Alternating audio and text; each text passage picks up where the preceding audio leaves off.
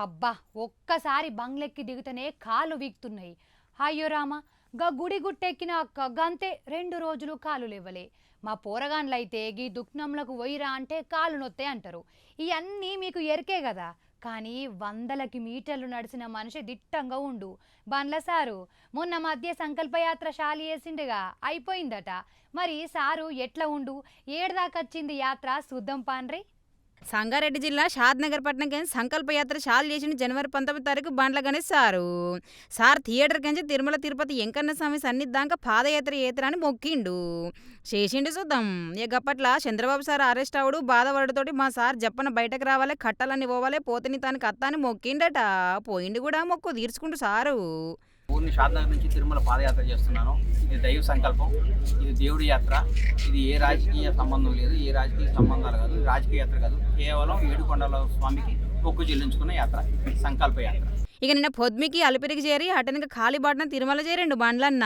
బక్క చిక్కినట్టుండు బండ్లన్న. మరి సామికి తలనీలాలు ఇచ్చినాక కానొచ్చిండు గిట్లా 23 దినాలు 535 కిలోమీటర్లు నడిచి వచ్చిన బండ్లన్న సంకల్ప యాత్ర చక్కగానే సాగిందట. మరి వీళ్ళంతా నీతోటి బయలుదేరినోళ్ళా లేకపోతే మధ్యలో ఎవరైనా వచ్చిర్రా, ఒకటివే నడిచినవా, ఎంతమంది నీతో నడిచిర్రు సార్ అని మస్తు మందికి డౌట్లు ఉన్నాయట. సారి యాత్ర ఎట్లా సాగిందో సారే చెప్తా, నిన్నుండ్రో పారి. చాలా ఆనందంగా ఉంది, కడుపు నిండిపోయింది.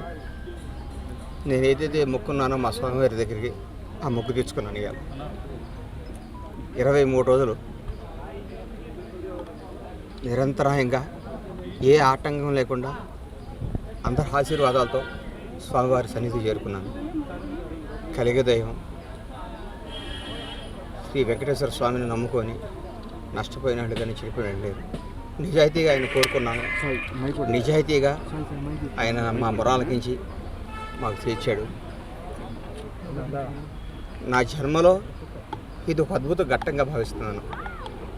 ఈ అవకాశం కల్పించిన, ఈ చరిత్రాత్మకమైన ఈ అవకాశం ఇచ్చిన శ్రీ వెంకటేశ్వరునికి ఈ జన్మాంతం రుణపడి ఆయన సేవ చేసుకోవడానికి తప్పిస్తాను.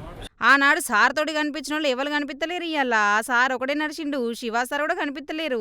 ఇంకెవరైనా మొక్కిన సుతం నడిచిర్రో వీడియోలో కనిపించలేరు కానీ అప్పట్లో పెద్ద గానత్తలేరు.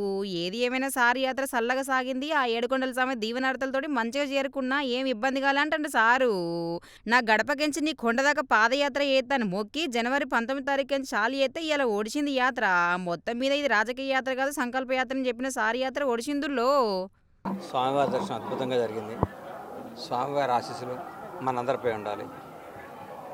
గోవింద నమో వెంకటేశ్వర. Thank you.